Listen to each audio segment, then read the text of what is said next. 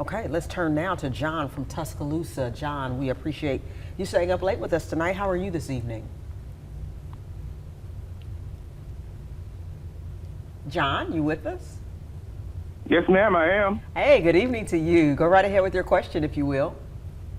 Yes, ma'am. Well, I was wondering, are there any agencies in the state that can help to assist you with your mortgage payment? That's a great question. There is a program through a federal program that's out there, but right now it's been like all the funds are gone. Mm-hmm. Unfortunately, they're not taking any more applications right now. But there is, but at this point right now, they're just not taking any applications, unfortunately. So what does someone do if they are in that situation, they're facing that situation? I would assume calling their mortgage company and trying to have a conversation with them? Absolutely. If you feel like you're facing what we call an imminent default, you know that you're going to have a surgery and you know you're going to be off work for a couple of months, get in contact with your mortgage servicer. They do have programs that are supposed to assist people. They can help them with payment arrangements and things. The worst thing you can do is ignore the situation. Like I said, we do have people that do that, and they come to us after foreclosures actually happen. But the best thing to do is to address it up front. And there are housing counseling also that you can go through. But the mortgage companies are, under federal regulations, they're supposed to help out.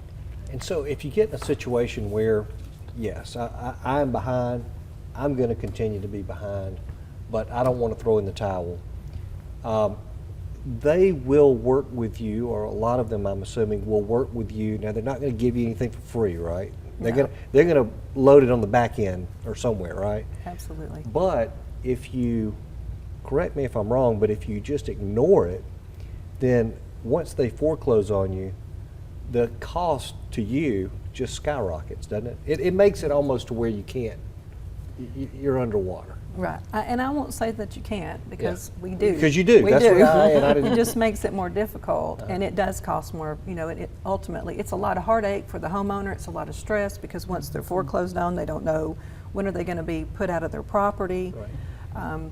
But no, if you get ahead of it, and we appreciate when people call us early and say, look, I'm overwhelmed. I don't know what to do. I don't know where to start.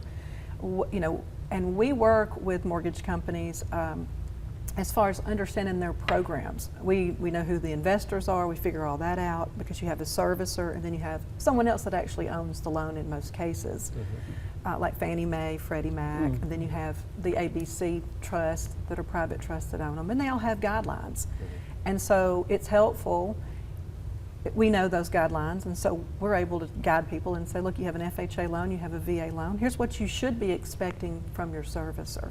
Call them and tell them what your situation is, but don't ignore it. You mentioned the word earlier, and a lot of folks may not know forbearance. What exactly is that, and how does that work?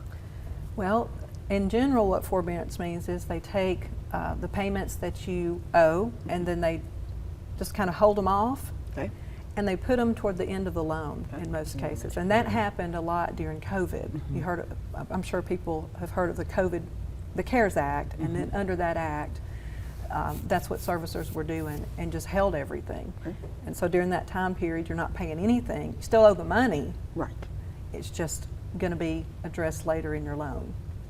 You're still accruing interest on that money, aren't you? Or are you not during that period? During the COVID forbearance, they were not. They suspended There's it, okay. different programs, and there are different things for forbearance. So again, it depends on your investor. It depends on what program you're under.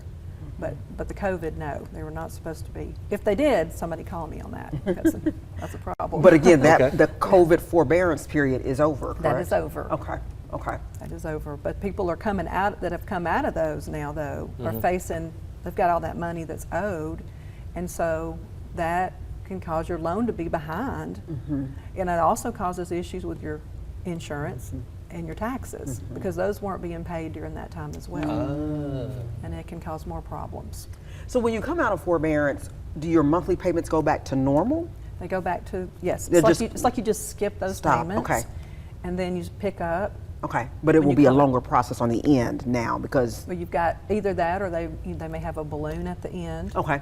But that's why when you come out of forbearance, now you still got to address, hey, I've got $10,000 behind. Okay. Is it going to be owed at the end of the loan? Okay. Do I need to modify my loan now and put the $10,000 in it, extend my loan a little bit longer? Yes. There's programs for all that. Yes. But it sounds like the takeaway really from tonight is really that communication up front. Don't wait. Don't let it fester.